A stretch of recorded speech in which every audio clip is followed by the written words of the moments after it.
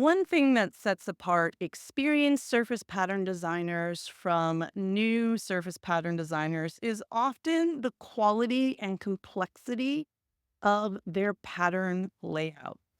Today, I'm going to show you how you can upgrade your pattern designs and make them more marketable in the process.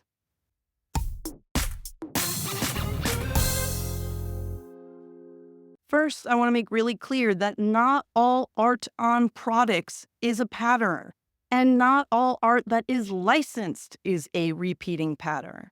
Here, we're seeing lots of examples of art that I have licensed that is not in the form of a repeating pattern. Still, I have licensed many patterns. Of course, the most obvious product is bolt fabric, but also notebooks, gift bags, planners, blankets, and I actually made this wrapping paper for freelance, but you could potentially license your patterns for wrapping paper. And I haven't licensed in these categories, but you can also license your patterns for wallpaper, bedding, water bottles, or even bath products. So while I always recommend if you're getting started, you should pick one product category. As you can see, patterns have a lot of versatility and you can use them on many products. By the way, if all those options seem really exciting and you need some help narrowing down and finding some clarity, Find Your Focus is an easy first step. Paula took this masterclass recently and she said she'd always heard that picking a niche was important, but no one had ever broken down the categories so clearly as I do in this masterclass. She told me that with the video masterclass and just a few minutes on the workbook exercises, I've already pared down which niche I'd love to be in. So check the description if you're curious about Find Your Focus. Anyhow, back to patterns. So I see a lot of new designers, and this is definitely a great way to get started, drawing out their icons or motifs, and then whether you scan them in or you have them in Procreate or on your iPad or you drew them in Illustrator, whatever your method, drawing those original icons and then taking a artboard or a canvas and pasting them in different angles, tossed around and putting that into repeat.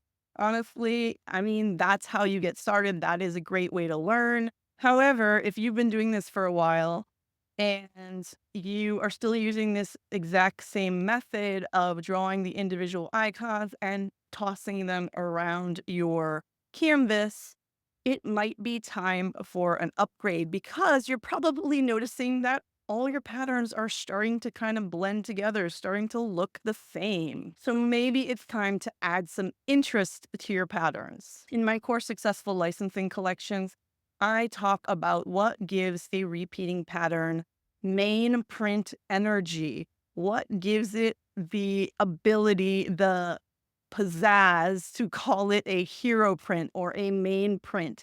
And there are a number of factors. And I also talk about what is important with collections, but one of those important factors is considering other layouts for your patterns. So in a minute, I am going to give you some examples of those and a free resource so you can upgrade your patterns.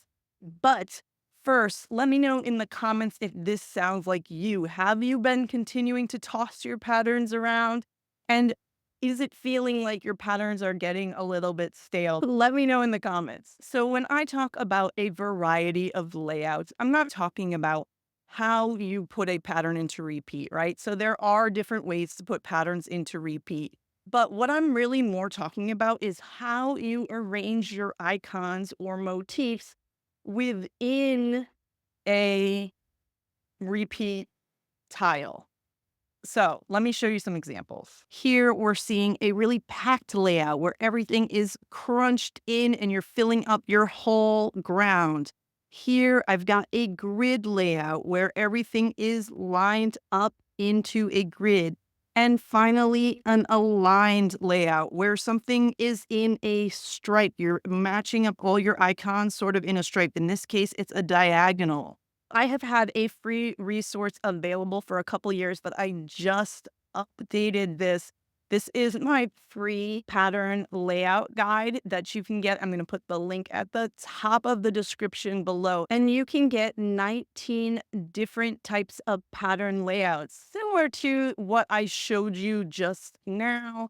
So they're not, like I said, they're not about how it repeats. All of these can be a side to side repeat, but it's what's happening within that repeat tile that is different. Some of them are technical names, but most of them are just sort of how I'm describing them. As you can tell, like packed is not an official term, but the idea of having a really open ground or a really packed ground might not be something that you have been considering. Maybe you've mostly just been keeping everything in kind of a medium space. If you are already a subscriber to my newsletter, you already have access to this toolkit. You can just sign into the toolkit and grab it. I have a lot of free resources in there, but the newly updated pattern layout guide is at the very top. I make use of all these types of different pattern layouts as I design collections.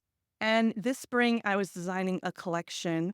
And one of the types of patterns you'll find in this layout guide is the OG pattern. If you're not familiar with what an OG pattern is, definitely check out that layout guide and you will get familiar. But I was designing this collection and I wanted to create an OG with ribbon forms. And I realized that in order to do that, I needed to first create a really basic, simple wireframe of an OG so that I could then hand draw over it my ribbon stylings. And that led me to create something new as well, which is my pattern wireframe library.